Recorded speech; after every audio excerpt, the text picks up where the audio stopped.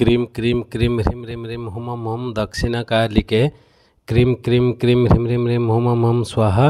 माँ दक्षिणकालिके नमः। प्रसन्नवरदो भव, प्रसन्नवरदो भव, प्रसन्नवरदो भव। सिद्ध साधक परिवार के इस चैनल में आपको स्वागत है। चैनल में गुप्त से गुप्त अति दुर्लभ साधनाएं चल रहे हैं। जानने योग्य बातों पर चर्चाएं भी होते आ रहे हैं। साथ ही साथ शक्तिशाली से अति तीव्र शक्तिशाली टोटके भी दिए जा रहे हैं। तो आज के इस साधनाओं वाले कड़ी में हम बात करने वाले हैं तथा पूर्ण साधना विधान देने वाले हैं अगले नाग पंचमी जो 2 जुलाई को हो रहा है।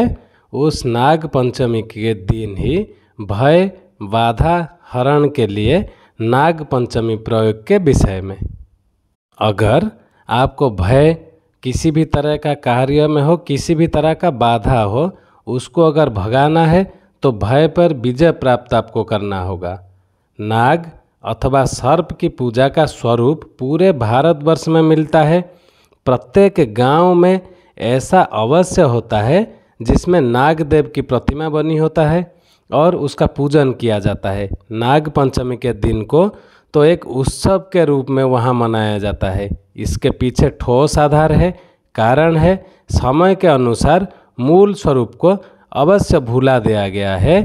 अब हम बात करेंगे क्या नाग देवता हैं जिनका हम पूजा करेंगे, या जो अभी नाग पंचमी प्रयोग हम देने वाले हैं नाग देव के विषय में बात करेंगे, क्या वो देवता हैं या नहीं। जिस प्रकार मनुष्य योनि होता है उसी प्रकार नाग योनि भी होता है।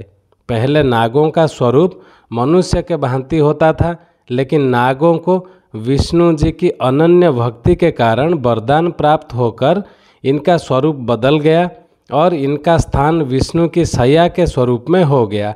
नाग ही ऐसे देव हैं जिन्हें विष्णु जी का साथ हर समय मिलता है। भगवान शंकर के गले में शोभा पाते हैं और सूर्यदेव के रथ के अश्व जो हैं वो नाग के ही स्वरूप हैं।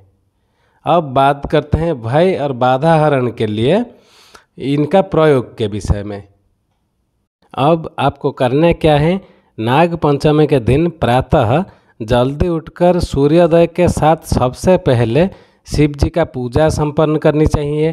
शिव पूजा का विधान यदि मालूम न हो तो शिव जी का ध्यान कर शिवलिंग पर दूध मिश्रित जल चढ़ाएं और एक माला ओम नमः शिवाय का मंत्र जाप अवश्य करें। फिर नाग पूजा में साधक अपने स्थान पर भी पूजा कर सकता है। किसी देवालय अथवा अपने गांव के स्थान पर भी पूजा संपन्न कर सकते हैं। एक सफ़ेद कागज़ पर नागदेव का चित्र बनाएं। उस चित्र में विशेष बात यह होनी चाहिए कि नागदेव के मस्तिष्क पर 2 आँखें तथा तिलक अवश्य बनाएं। जीभ 2 हिस्सों में बंटी हो। इसे अपने पूजा स्थान में स्थापित कर सामने सिंदूर से रंगे चावलों पर नागराज मुद्रिका को स्थापित करें और एक पात्र में दूध नैवेद्य स्वरूप रख दें। सर्वप्रथम अपने गुरु का ध्यान कर अपनी भय पीड़ा का शांति हेतु प्रार्थना करें। तत्पश्चात नागदेव का ध्यान करें कि हे नागदेव, मेरे समस्त भय मेरी समस्त पीड़ाओं का नाश करो। मेरे शरीर में व्याप्त पीड़ा रूपी विष को दूर करो। मेरे शरीर में व्याप्त विष मेरी रक्षा का कारण बने, न कि मेरे ही क्षति का। इसके पश्चात नागदेव के चित्र पर सिंदूर का लेप करें तथा इसी सिंदूर से अपने स्वयं का तिलक लगाएं तथा सिंदूर का लेप नागराज मुद्रिका पर भी करें। इसके पश्चात दोनों हाथ जोड़कर जो मंत्र हम बताने वाले हैं एक एक धीरे धीरे बताएंगे, एक एक करके लिख के रख लीजिएगा। उसका केवल 21 बार ही जाप करें। अब मंत्र ऐसा है, हम धीरे धीरे कह रहे हैं, आप लिख के रख लें। जो लिख नहीं सकते, जिनको करना है संपन्न इस 1 दिवसीय साधना को, वो हमें ईमेल करें, उनका PDF दे दिया जाएगा। साथ ही साथ उनका पूर्व मार्गदर्शन कर दिया जाएगा। अब मंत्र कह रहे हैं धीरे धीरे, आप इसको नोट करके लिख लें। जरत्कारुर जगत गौरी मनसा सिद्ध योगिनी वैष्णवी नागभागिनी शैवी नागेश्वरी तथा जरत्कारु प्रिया स्तिक माता विषहरति च महाज्ञानायुता चैव सा देवी विश्वपूजिता द्वादशितानि नामानि पूजा काले तू यह पठेत तस्य नागभयं नास्ति सर्वत्र विजयी भवेत्। जब यह मंत्र जब अब पूर्ण हो जाए तो नागराज मुद्रिका को अपने दाएं हाथ में धारण कर लें और थोड़ी देर शांत होकर बैठ जाएं तथा लगभग 15 मिनट तक गुरु मंत्र का जाप करते रहें। इससे भय का नाश होता है और बड़ी से बड़ी बाधा से लड़ने की शक्ति क्षमता प्राप्त होते हैं। अब क्या करें, पूजन के पश्चात नागदेव के सम्मुख रखे दूध को प्रसाद स्वयं ग्रहण करें। यदि यह दूध किसी अस्वस्थ व्यक्ति को पिलाया जाए तो उसके स्वास्थ्य में दिन प्रतिदिन अनुकूलता प्राप्त होते हैं। यदि स्वयं भी किसी पुरानी बीमारी को दूर करना है अथवा परिवार के किसी व्यक्ति के स्वास्थ्य के संबंध में उपाय करना है तो यह प्रयोग 7 दिन तक करें, लेकिन पूजन से पहले अस्वस्थ व्यक्ति के नाम से संकल्प अवश्य लें। अब साधना सामग्री में हमने जो बताया नागराज मुद्रिका, उसके विषय में संक्षिप्त में आपको जानकारी दे देते हैं।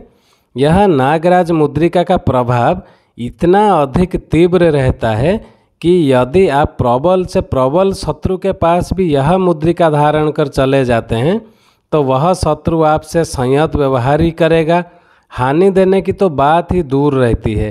किसी विशेष कार्य पर जाते समय नागदेव का ध्यान कर मुद्रिका अपने ललाट के मध्य भाग पर 3 बार स्पर्श करें। धारण कर रवाना हो तो कार्य सिद्धि निश्चित रूप से प्राप्त होता है। इतना कारगर है ये नागराज मुद्रिका जो इस साधना में प्रयोग में लाया जा रहा है। जिनको ये साधना करनी है वो हमें ईमेल आईडी दिया हुआ है, संपर्क करें, उनका पूर्ण मार्गदर्शन कर दिया जाएगा। आज के लिए इतना ही था। चैनल को ज़्यादा से ज़्यादा सब्सक्राइब कर लें ताकि हमारे कहे हुए बातों का, दिए हुए मंत्रों का सम्मान भी बना रहे। आज के लिए इतना ही था। ओम क्रीम क्रीम क्रीम ह्रीम ह्रीम ह्रीम हुम हुम हुम दक्षिणकालिके क्रीम क्रीम क्रीम ह्रीम ह्रीम ह्रीम हुम हुम हुम स्वाहा। माँ दक्षिणकालिके नमः प्रसन्न वरदो भव, प्रसन्न वरदो भव, प्रसन्न वरदो भव। जय सिद्ध साधक परिवार।